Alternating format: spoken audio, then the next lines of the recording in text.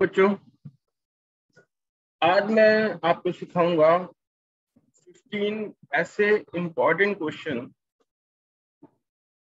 The fundamental unit of life से, जो कि चैप्टर 5 है साइंस का, क्लास 9 की बुक में, जो आपको एग्जाम में बहुत बहुत हेल्प करेंगे। यानी इन 15 क्वेश्चन में से कई सारे क्वेश्चन आपको एग्जाम में मिल सकते हैं, डायरेक्ट इसी फॉर्म में या फिर किसी दूसरी फॉर्म में। ठीक है, तो आपको ध्यान से देखने हैं ये क्वेश्चन। अगर आपको पहले से आते हैं वेरी गुड, अगर आपको नहीं आते तो ये क्वेश्चन आपने 100% प्रिपेयर करना है। ठीक है, पहला क्वेश्चन स्क्रीन पे है, who discovered the cell and how. तो ये तो वो क्वेश्चन है कि अगर आपने चैप्टर पढ़ा है, चैप्टर के बारे में आप थोड़ा भी जानते हैं, तो इसका आंसर आपको पता ही होगा। चलिए, वेरी गुड। दूसरा क्वेश्चन है हमारा, who discovered the living cell and how. Question number 3 है, who discovered the nucleus. Question 4 है, who gave the term protoplasm. Question number 5 है, who gave the cell theory. Question number 6 है, who expanded the cell theory. Question number 7 है, name at least 3 unicellular organisms. Question 8 है, name few cells found in human body. Question 9 है, define plasma membrane. Question 10 है, define cell membrane. Question 11 है, what is selectively permeable membrane. Question 12 है हमारा, what is osmosis. Question 13 है, define hypotonic solution. Second last question है, define isotonic solution. और last question है आज का, define hypotonic solution, sorry hypertonic solution. Hypotonic तो हम पहले ही कर चुके हैं, क्वेश्चन नंबर 30। ठीक है, अब आपको देखना है कि इन 15 क्वेश्चन में से कितने क्वेश्चन के आंसर्स आपको आते हैं। अगर आपको सारे आते हैं तो आपने सेल चैप्टर की शुरुआत अच्छी की है। अगर आपको नहीं आते हैं तो कोई बात नहीं, एक एक करके मैं सारे आंसर्स बता दें। चलो शुरुआत करते हैं। क्वेश्चन नंबर 1 है, who discovered the cells and. Answer देखते हैं। आंसर है, in 1665 Robert Hooke discovered cells in a thin slice of cork.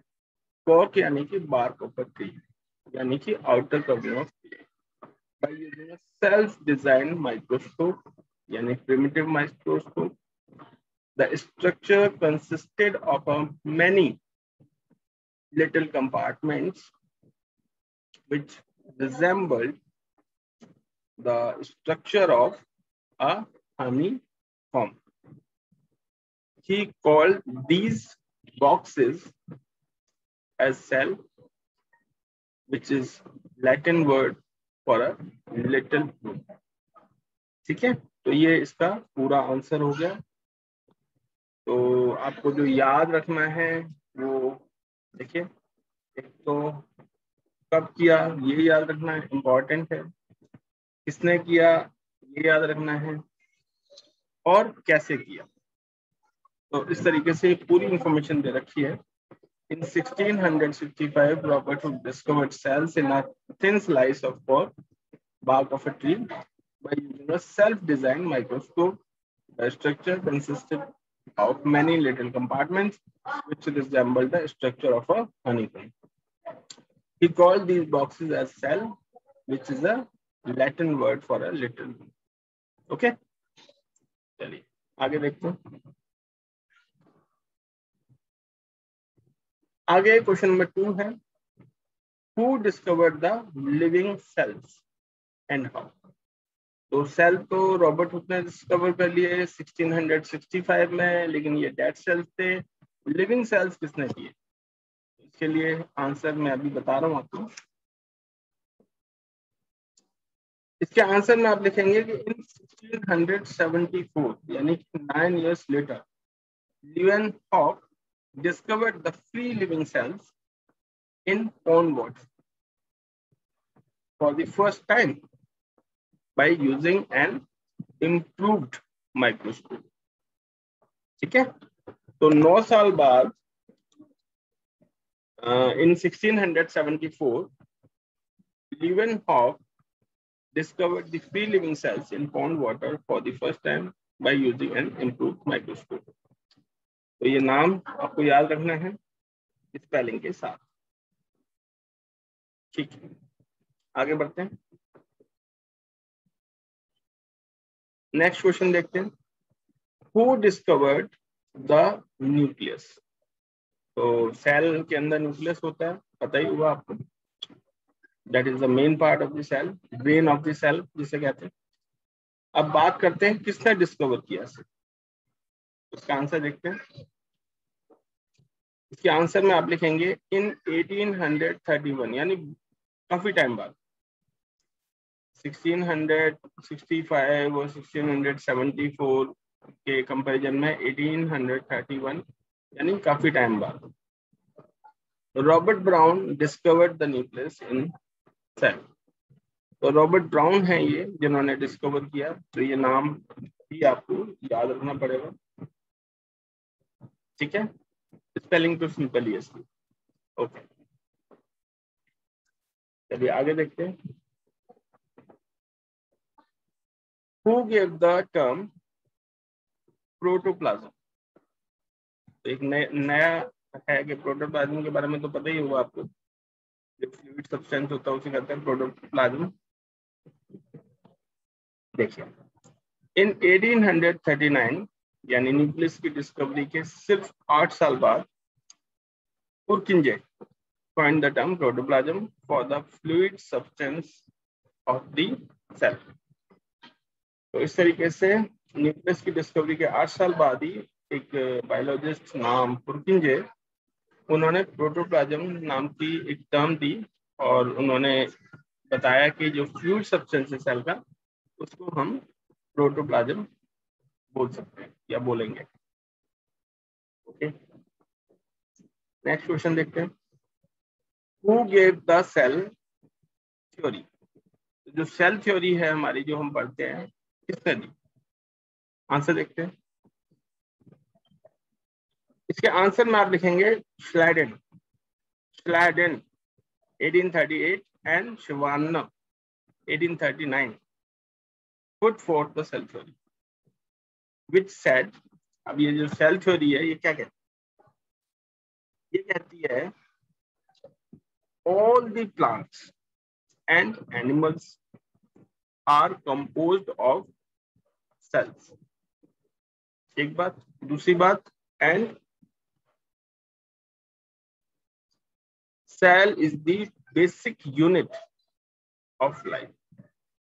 ठीक है, तो दोनों बायोलॉजिस्ट के नाम याद करने हैं स्पेलिंग के साथ, श्लाइडेन एंड शिवान्न, जिन्होंने सेल थ्योरी दी हमें। और सेल थ्योरी बताती है कि सारे प्लांट्स और सारे एनिमल्स सेल से बने हुए, और सेल एक बेसिक यूनिट है लाइफ की। ठीक है, तो 5 क्वेश्चन हो गए, अभी 10 बाकी है, करते हैं आगे।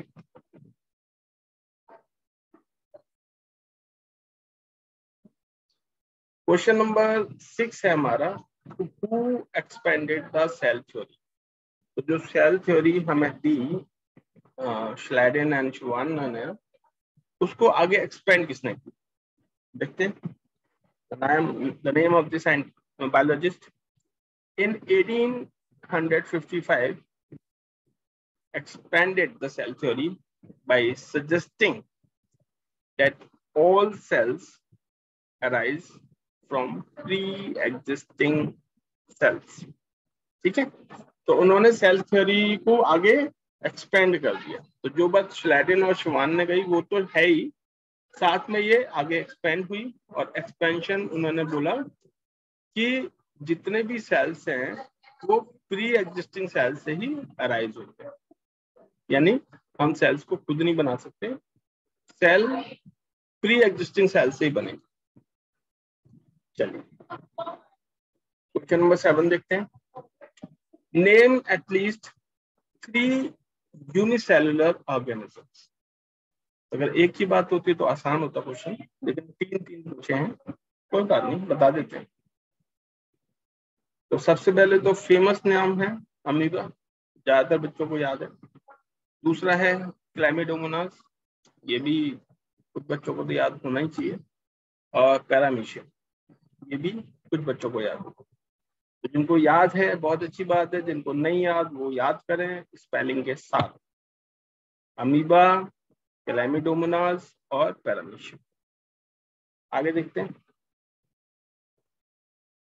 नेक्स्ट क्वेश्चन है हमारा, name few cells found in human body. अब ह्यूमन बॉडी में पाए जाने वाले कुछ सेल्स हमें बताना, ठीक है। ओके,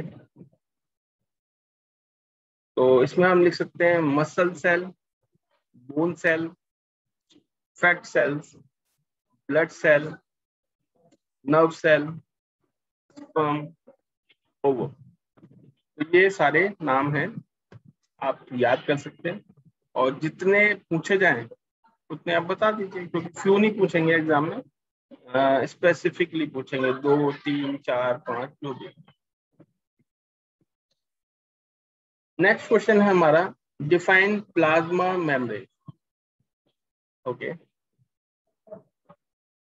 आंसर है इसका, this is the outermost covering of the cell that separates the content of the cell from its external environment।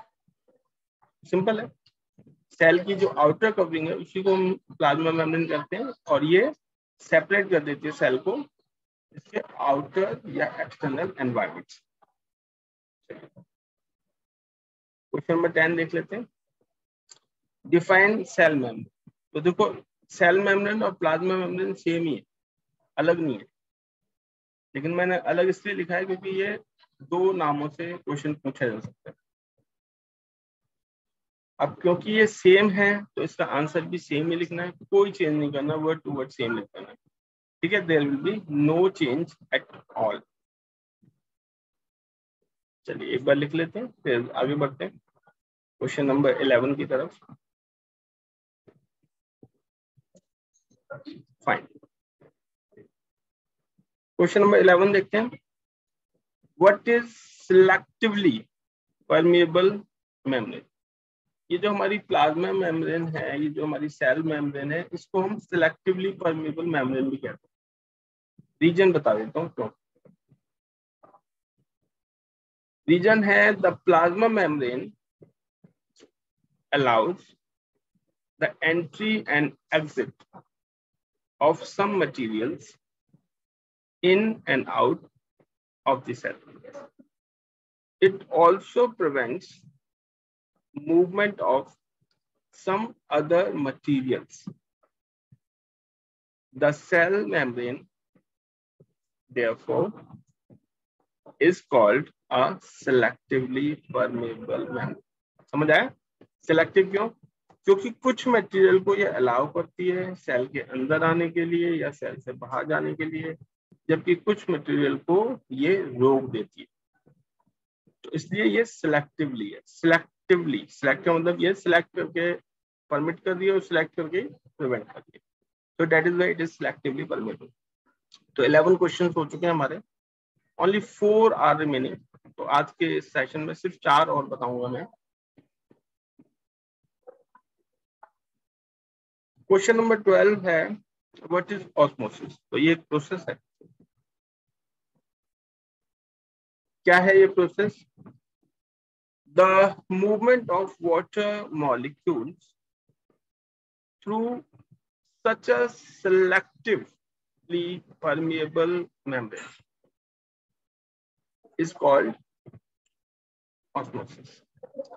तो जो मूवमेंट ऑफ वाटर मॉलिक्यूल है थ्रू सच की वैसे जरूरत नहीं है यहाँ, तो सच को छोड़ देते हैं। हाँ, the movement of water molecules through a selectively permeable membrane is called osmosis।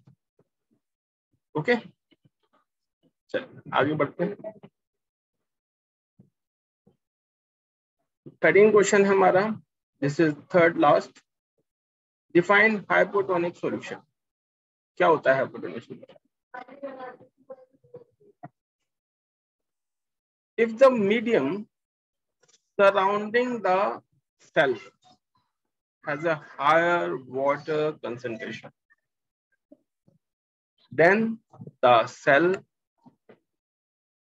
meaning that the outside solution is very dilute, the cell will gain water by osmosis.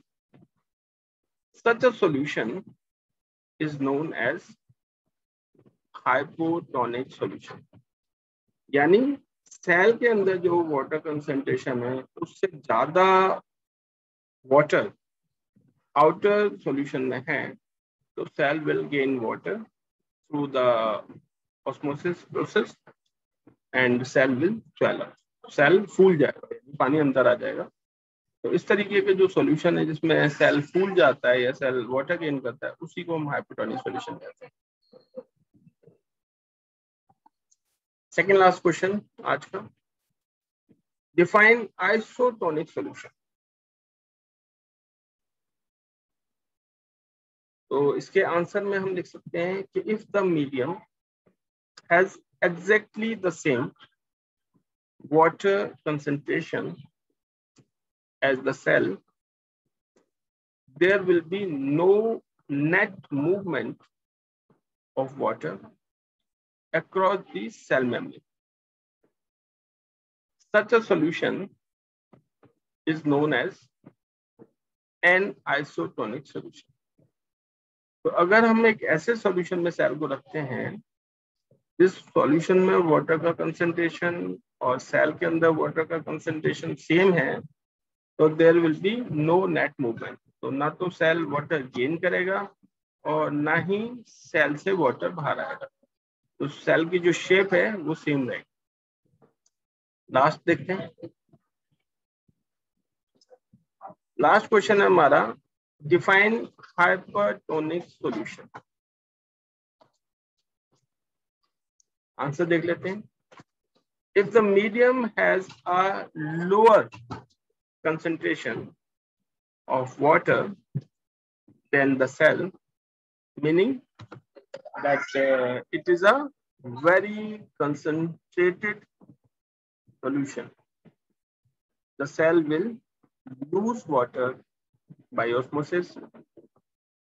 Such a solution is known as a hypertonic solution। यानी कि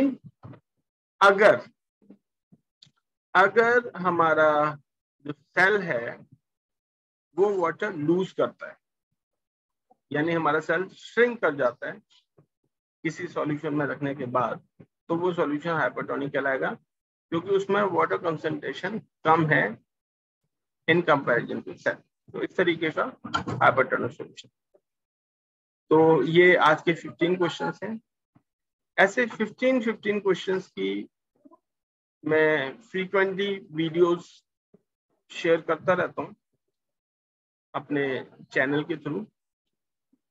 तो अगर आपको लगता है कि ये आपके लिए हेल्पफुल है तो आप हमारा चैनल सब्सक्राइब कर सकते हैं, जिससे कि जैसे ही कोई नई इस टाइप की वीडियो हम अपलोड करेंगे आपको इंस्टेंट मिल जाएगी। Okay, thank you.